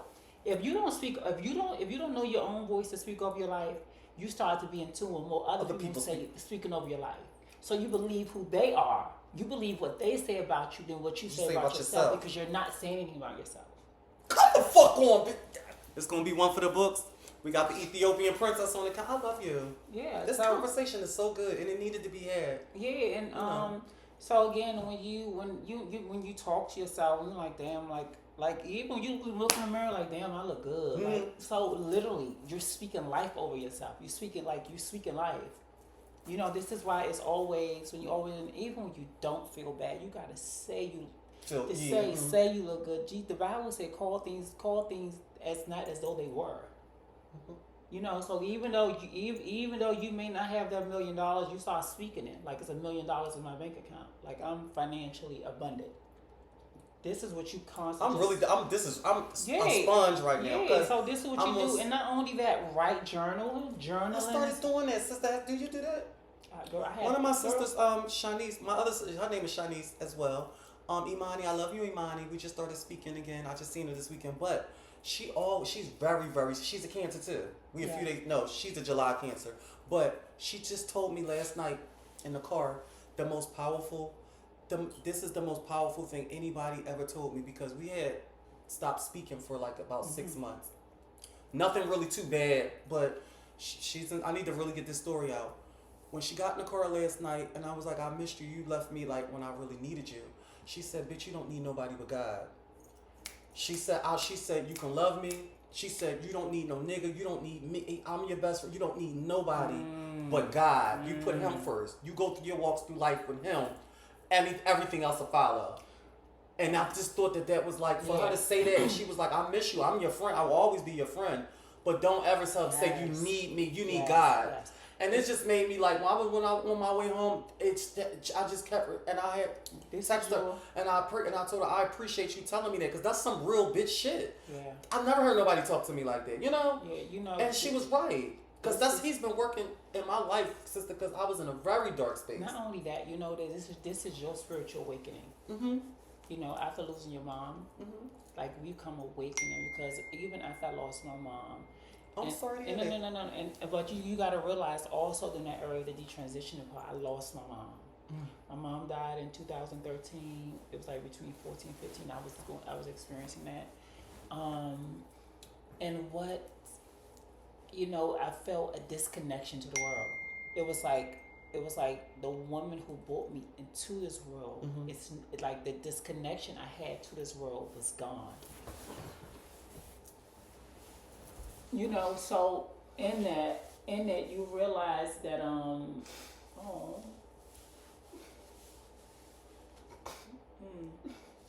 your mom was beautiful. I love that picture upstairs. And she loves you like you. Girl. Sorry. I'm alright, y'all. I'm a fucking thug. Thug missus. Oh my God, sister. So again, you know, when you realize that, you know, sorry, guys. One thing I was speaking with my mom, and I was speaking about when, you know, you can prepare for something. Like I was speaking about being in love with the thought of something, right? Like my mom had cancer, right? So the whole time we all knew that she was gonna die, you know. But when knowing and thinking you were preparing for it, then when it actually happens, it's completely different. Like it was just like I was losing my breath. Like, oh my God, like the breath. It was like, oh my, like I couldn't breathe. It was like something. It's like the life is snatched out of you. The Bible says,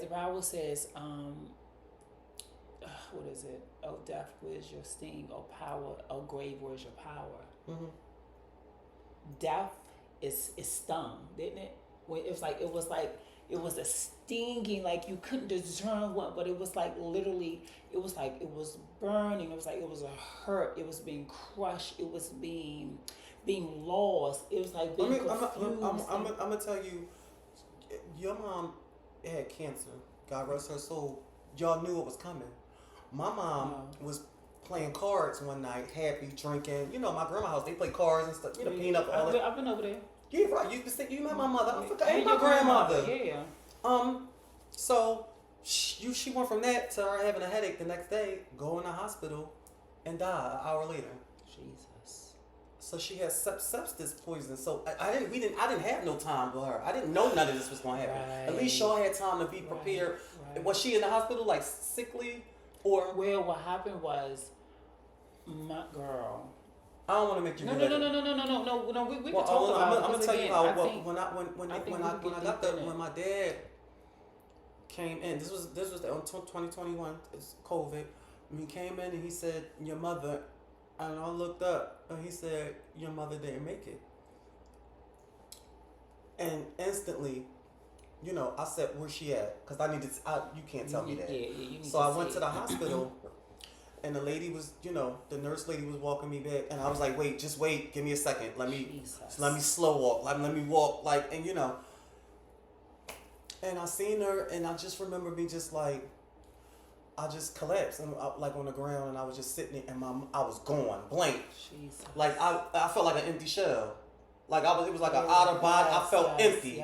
I felt like she took me with her. Like I just felt, and I just was. I just was. It was like I was sitting there so long, staring straight. I don't even think I blinked for like at least like 20 minutes. I don't even remember. But I just remember I was my mind going, because that was my best friend. Yeah. And she, and she loved me. Yeah, she held my hand in public. Yeah. She let people know, like, that's my daughter. Yeah. Like, she made and then she was the glue that held the whole family together. Yeah. And it's like, all right, quick, come on, we're gonna move on. No, I think because again, I think this is a very important dialogue, because you need healing and you never know who's watching. What this may do also for them. I just think that I lost somebody that I was not prepared to live without. But I wasn't prepared to live without her. You understand what I'm saying? Who is? I mean, yeah, but I don't know. She was all I had. Yeah. Like that was we would be on the phone every morning. Yeah. Key and she literally my best friend. She loved her daughter. Yeah. See, me and my mom wasn't that close. Okay. We wasn't. We were. I think my upbringing. I would say my mom was more of a sister than a mother to me. Okay. And I say that because, which I was in the streets at 12. Mm-hmm. So you look good, bitch. Sitting in your court. Thank you. You look fat. But even my childhood, I dropped out in the 5th grade. Mm-hmm. Because the bullying, literally, when I tell you, I was bullied. Really? It was given, girl. I was. And you wasn't no fighting even. That's how I learned to fight. Oh, okay. That's all. I had to start the fight, and then then it was to the point where the trauma came in, because when I would just blank out. Mm-hmm. I would literally blank out, and usually when I come back, someone is holding me on the ground. This person have their head beat into the ground. Really? Because again, it was always. I have my cousin, one of my older cousins. He used to verbally abuse me. He used to kick me. He used to say all type of, yeah. What, you ever molested? No. Okay. But I mean, when girl was just in school, was the boys in my neighborhood, girl, they used to make me have sex with them. Girl was giving, bitch, I had to fuck or get beat. What? I'm for real. Literally, it was to the point. I was scared to go home. It was girl, I would literally get on the bus and ride the bus all night. Why was you scared to go home though? Because, bitch, sometimes I come home, if they in a, I live in the projects. Mm-hmm. I live in the projects, so if they outside or I walk in the building to get on the elevator and they get off their floor, that was ass whooping. Really? That's a different kind of trauma, sister. I never knew about. Girl, it was to the point, girl, and this one boy I was having, come to find out, he started having a cunt that was. Started having this girl I used to be with, and he used to see me and her together, so he thought that I'd be telling her stuff. So again, that would be ass whooping for me being around her. And I mean, this thing ain't even going together. It was given I had to. Or munch. I had to munch to get ass beaten. And this is literally, and I'm 14 and. I've been girl, but the thing about that, God has been so good. God has been so gracious to me. I've literally been healed, from the trauma. I don't feel it, and this was why it makes me even more sensitive. I think this is, I truly believe that this is the both of our season. I'm going to tell you why. Because you just told me today, and I just told you I'm so super happy for you that you are about to start a new journey tomorrow and a new job working for the city. Yeah. For MTA. Yeah. But that's the blessing. Yeah. It is. Especially compared from where we came from. Sex work and crafting and, And not only that, thus far this year, being able to be inducted to the Hall of Fame, at the beginning of the year. Then there's other balls where I was supposed to be getting awards from, and having this podcast with you, and having this career opportunity. It's just the year starting off good already. Well, good. So even this, you having this podcast, it's just how good you're doing in such a short time. And this is what I call divine alignment. Mm-hmm. This is what I call when you're literally doing the stuff you're supposed to do because it happens suddenly. Mm-hmm. And it's acceleration, one thing on And top of another, on top, blessings upon blessings. You know, the book of Malachi, he said he'll give you one blessing that you will have room enough to receive a blessing. Because you know, like God give you a blessing. See how well you can handle. No. He don't say that. So I give you a blessing where you won't have room enough to receive. Like you can have this one blessing, literally change your entire life beyond what you can even imagine. Oh, okay. And you don't have room enough to receive nothing else. Because it's too much. Could you imagine that? It's too much. I can't. Like, Lord, like, I pray, like, Lord, I want to cry every day because I can't believe this is my life. Mm-hmm. Especially when we come from. Yes. You know, especially when you come from, you hear the stories of people's lives been changed. And one thing I've sold when I get to that place, I know I'm almost there. Like, I'm there spiritually. I'm there. I affirm it. I decree and declare.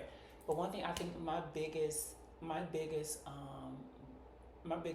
brag that I would do about that is that I didn't have to sleep with nobody for it. Mm-hmm.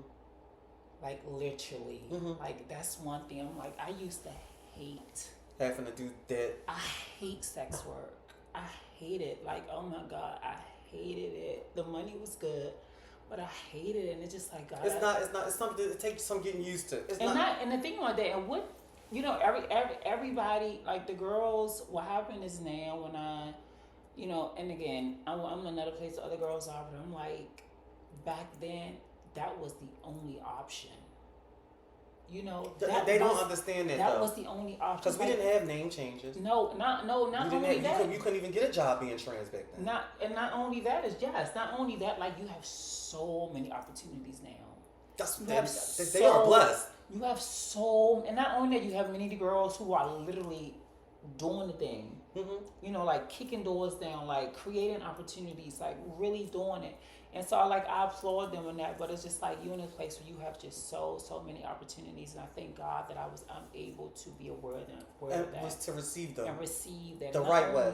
And apply myself to it. And it comes with patience also. It comes with patience and growth.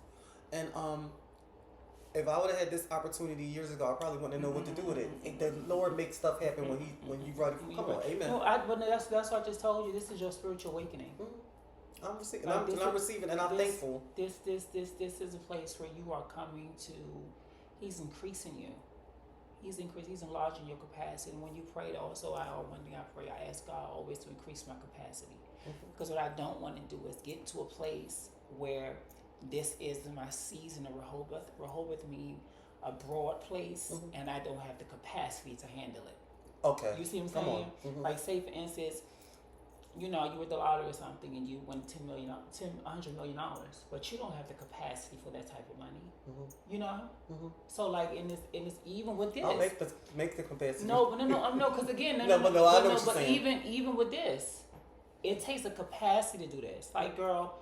Like, you have to edit, you got to do all this other stuff, and it's like, girl, I'm not for it. Like, that people don't know that how this is not just us sitting in front of this camera doing this. Exactly. So you see the capacity for that. Mm-hmm. Like, if you didn't, like, girl, you a little impatient something. I'm a little impatient. Girl, you throw the towel in quick. Like, girl, I got time for this shit.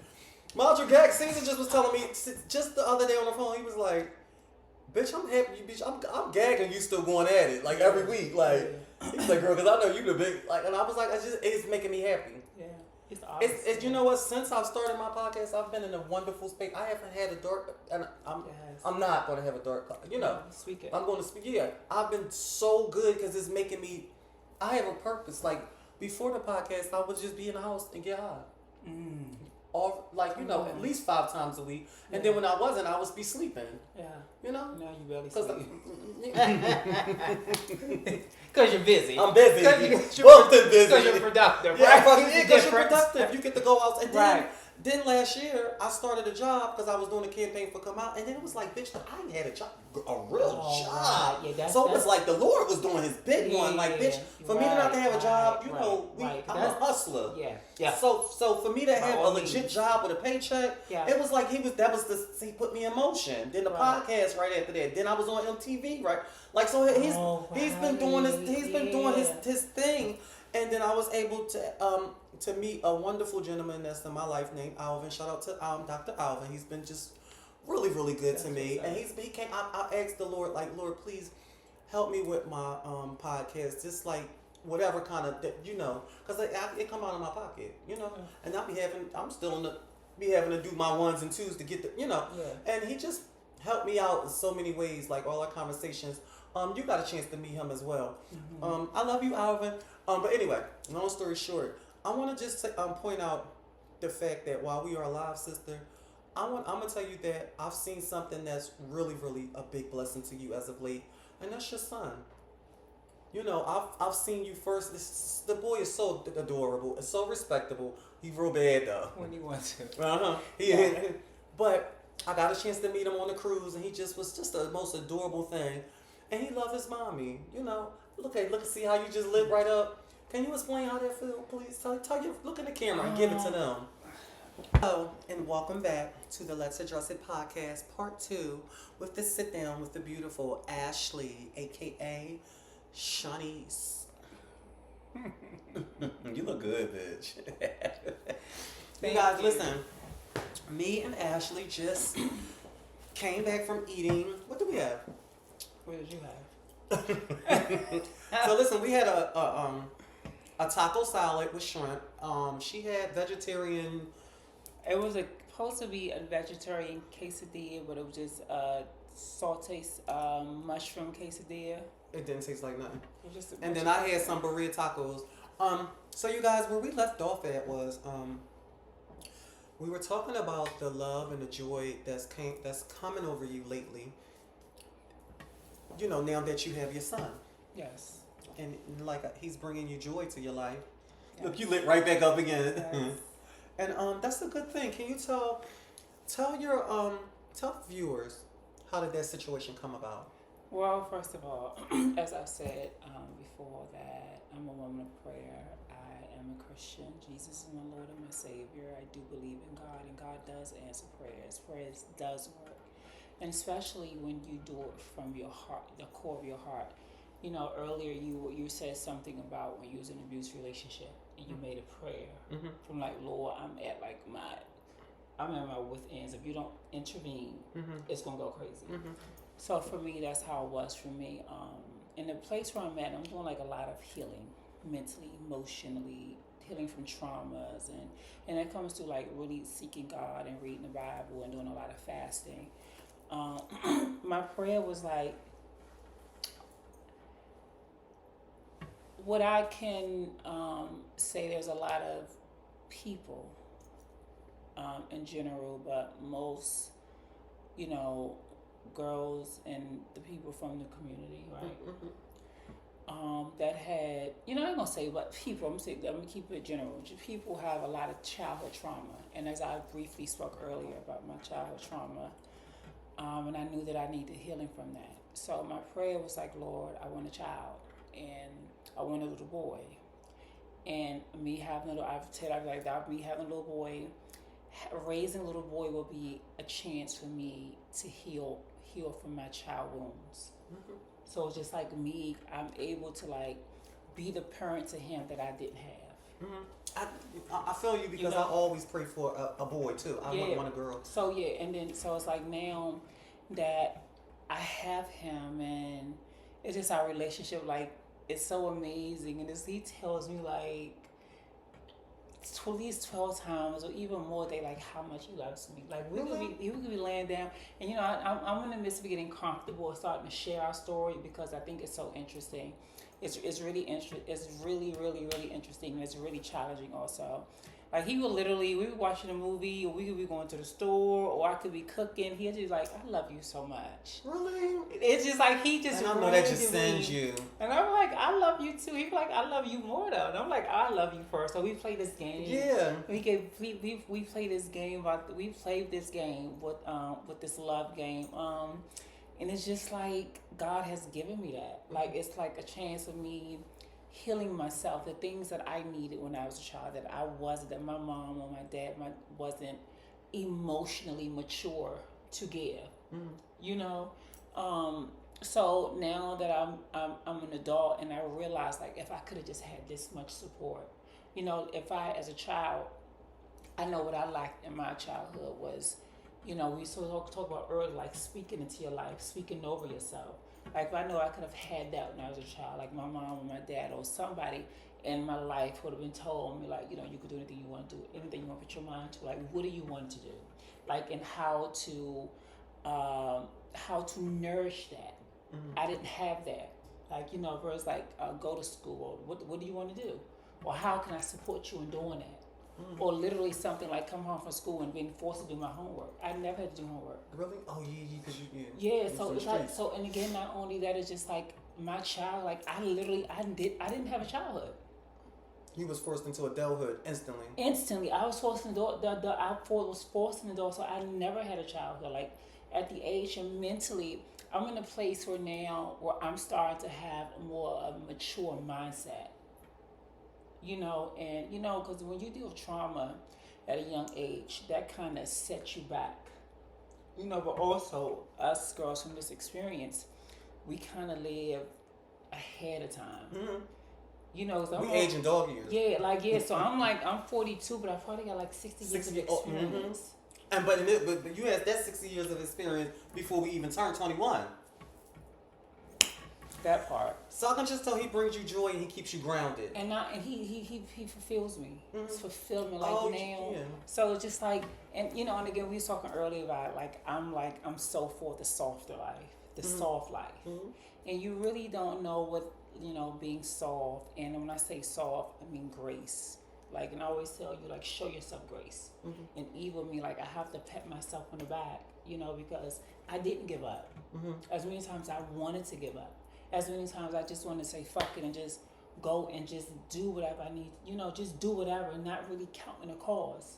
But now I count the cause, and now I'm just like, God is so faithful. Like, he's so faithful. I'm like, if I would have given up 10 years ago, I would have never got to experience this. So not only do I got the experiences, but I get to really leave a legacy. I really get to impact the child who going to experience all the love. All the support. And then from a bad bitch, right? So, right, okay. So then, but the challenging part is that he does have autism. So that's another humbling experience. Can I ask you a question? Because I'm not really privy to it. I know what autism is, but how challenging is it? Like, is it he requires a lot of attention? Well, the thing about that, he's a functional autistic kid, which makes it difficult, which makes it challenging. Because, in comparison, you have an autism child that is not functioning. It's I could probably say it's worse. Because, like, with him, okay, so when I say what makes my part challenging, because he's a little boy that doesn't look like he has autism. So to get him medically diagnosed, they automatic, because they did that. My niece was. It's difficult. It's difficult. They feel like they're not autistic enough to receive. Autistic. Yeah, but it's just like at the end of the day, he is so meticulous. It's just like he can. It's a beautiful, humbling experience, and then I have to realize like he's only 6 years old. So I'm like, and when I talk to him and our interaction, it's never as a 6 year old, because I'm honest with him. Like I tell him like I talk to him like my mom talked to me, but it's like really, really, really honest. Like I'm real stern, I'm real structured with him. There's boundaries with him. I tell him you're a 6-year-old child. I'm not going to treat you like a 6-year-old child. And the fact that you still are a child, but you are a growing man. There's things that you can do. There's things that you cannot do. There's things that I'm not going to accept. But with that, for instance, what could be challenging is going out in public. And right now I don't have a car, so when we get on the train, he loves trains and airplanes. So when we get on a train, you ever been on a train before? Philly, we got a trains. But girl, you always had a car. Yeah, I've been on the train. Okay, so you know how the train, they have the window, you see the tracks. So it's like we sit, like he's so meticulous. He wants to sit in the window. And girl, we get in a train and that seat not available. Oh, he crash out. Girl, he goes off, and it's to the point it's embarrassing. So it's like I can't jack him up, or not that I do that, but I would like pop him on his hand like you can't do that, or I would scorn him. But it's just like it's to the point like Like yelling and girl kicking and yelling and run up and down the train, and it's like all this stuff. And you know, when he has his mind set up, like I call triggers. He has these triggers. Mm-hmm. So yeah, he has these triggers, and like I've had him. He's my nephew, and but I have custody of him, and then by the grace of God, I'm going for adoption. So it was like, since he's been with me, he did a completely drastic change because he has autism. My sister has like 2 or 3 other kids where she didn't have the emotional maturity, the mental, the maturity to like handle him. Mm-hmm. So in the midst, he would do things for attention. Mm-hmm. Like he would literally go and peel the paint off the wall, or he would literally go and attack other kids. So so that has been the transition with that. But now that he's with me, he changed a lot. It's still a process, and it's still a process for me because, like, just 6 months, this 6-year-old boy just dropped in my lap with a disability. Mm-hmm. You know, mm-hmm. And I'm like, when I say something, it gets done. With him, it's like, girl, one day we was in the house, and you know, I buy these little special pens that I use to write with. Mm-hmm. And when he see the pen, he says an airplane. Mm-hmm. I don't know how he says the airplane. And so one day he was looking for it. I was like, I don't know. He told me, well, look for it. Bitch, did he give you that? Bitch, I turned around like, who are you talking to? Like, it's these little moments where you be like, I will beat you. No, I mean, it's literally trying moments. In public, throwing temper tantrums. I have to chase him down the street. Really? Girl. I can't even be, I don't even be the doll in public because I have to be ready for him. Like, I can't wear heels. I can't be the girl in public like that. So let me ask you this. Yes. What is new for you? Like, where do you see yourself at in the next 5 years? What do you want to have accomplished? It's so interesting. I thought we'd probably manifest this. It's just what I want to do. I want to get back into acting. You know, I just have this opportunity with this career. Oh, and I want to adopt a baby. I want a girl. You want to go so you can have okay. But you know what? And this is the thing about that. You know, it's so crazy because it's not crazy. This is how powerful we are. And as I told you,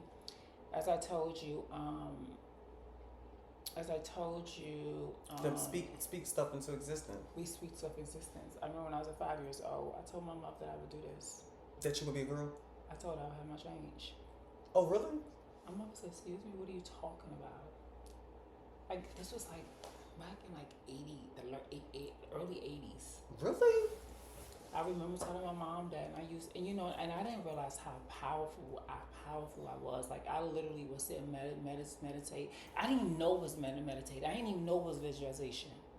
Like, everything, like for instance, my body, the way we used to be, I used to pad like that years ago. Oh. So I mean now. Then you was actually got the body like that. But it wasn't intentional. It was already, and this is how powerful we are. Mm. And this is a representation of power that humans have. Like, whatever you put your mind to and you constantly stay in that frequency, mm-hmm. It manifests. It manifests unconsciously. Mm-hmm. Like, we always manifest, and whether you do it consciously or unconsciously. Mm-hmm. You know, so with yes, I do. I want a daughter. I want a family. Like, I have a beautiful son. I have a beautiful son. I have a gorgeous dog, and you know, like, I want a baby girl now. Want a baby girl, like right now, or like in the next few years? If she could fall out the sky now, you be ready for it? Well, no, I can't, because I have this career, this opportunity with this career. So but you know, even getting him, I haven't worked in the last 7 months. Mm-hmm. So I had to get on public assistance, and because with the public assistance, I needed the insurance for his doctor's appointments, and that was like that's a lot. That's a whole lot. And another thing, like the public school systems are created to fail Black boys. Like you people know that he's in need of these things, and yet they're continuously fighting me with this, fighting me to give him the essential needs for his academic development. Like they have him in a space in school where it's not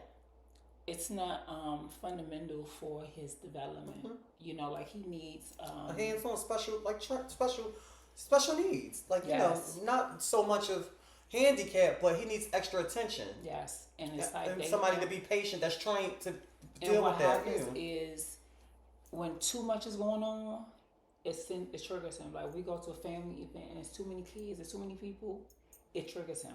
Mm-hmm. It literally triggers him. So he's a little more hands-on. He's literally at his best when he's with me. When I tell you the school be like, oh, girl, the school called me. It was like, yeah, we wanted to tell you that his name. He came and we was in class and he just sat in the middle of the floor, pulled his penis out and stopped peeing in front of the classroom. I was like, excuse me? They was like, yeah, we was and he was like, he just got up, pulled his pants down and stopped peeing in front of everybody.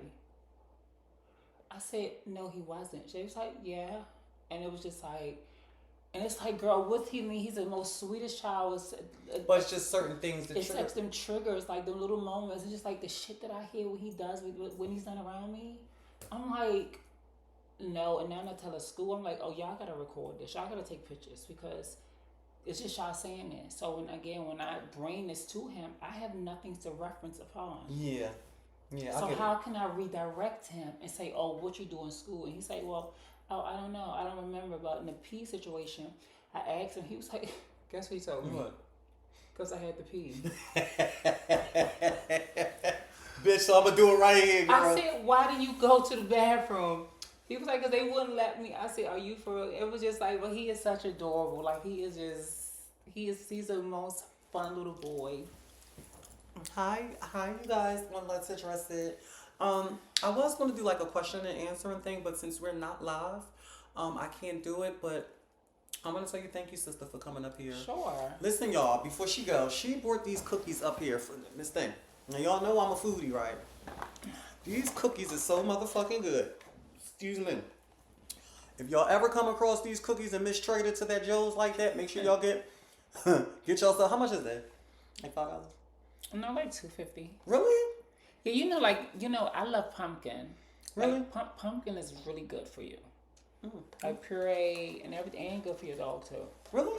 Yeah, pumpkin puree, like it helps them with ulcers and prevent ulcers and all this type of stuff. Okay. Well, listen. It's really good. I'm only eating the pumpkin cookies. I don't know what sis talking about, girl. But thank you for coming on. Come here. Thank you for blessing my platform, sister. I love you. And we've been friends for over 20 years. And no matter how long we don't speak, or if we're not going through nothing, but we always pick right up where we left off. And I love you, and I wish you much success in life, and I love you, and I need you in my life. Let me ask you something. Yeah. So, what do you have planned for the next 5 years? My next 5-year plan is, okay, I have it's going to happen. I want this, let's address it. I want it to be on a broader, major network. I want to not just do people trans, and I want to do regular people too. I want to be regular people. I mean, yeah, but I want to do celebrities and stuff like right. And I wanted to just grow. I want to be a businesswoman. I also want to start a trans house for less fortunate trans women. I hear people doing that a lot. Yeah, but I want to do it for real. I don't want to do it for just the money. I want to do it to actually really help trans girls so they don't be out on drugs or having to be on a stroll. And just the ones that just need to be around their good girls instead of, it don't always have to be a ballroom thing, you know. So I want to do that, and that's just that. I just want to really remain happy, because I'm in a very good space right now. My happiness means the world to me. If you're not contributing to it, then I don't want anything to do with you. You know what I mean? And I'm okay with being alone. I'm finally at the point in my life where I am okay with being by myself. I was like, this bitch stay in a relationship. Yeah, I'm done with relationships. I don't, I just don't want it. If it happens, fine, but I'm not ready for it right now. I'm in love with Come myself. on, that's up. You know what I'm saying? I'm learning myself all over again after a marriage, after my mother, and it just feels good. Wow. And I'm in my own castle. And then I'm a Your- home. What? Your Yeah, I'm my own. your And like I said, like one thing when I get to the place of that pinnacle of success, or I'm like one thing I'm gonna always be happy is that I didn't have to sleep with nobody for. I didn't have to compromise my integrity. I didn't have to compromise my values for this. But I guess I want to finish the extra question. I think whatever the next thing I want to do, I have some business ventures that I want to speak to some. That Once you get your foot in the door, then you can make that announcement. So that's what I want to do. Well, thank you for coming on the show, y'all. Listen, on the count of 3, and let's address it. What? On the count of 3, please let everyone know what show you are on. 1, 2, 3. Let's address it. Girls. Bye, you guys. It's a wrap. Bye. Stop it, bitch. Oh.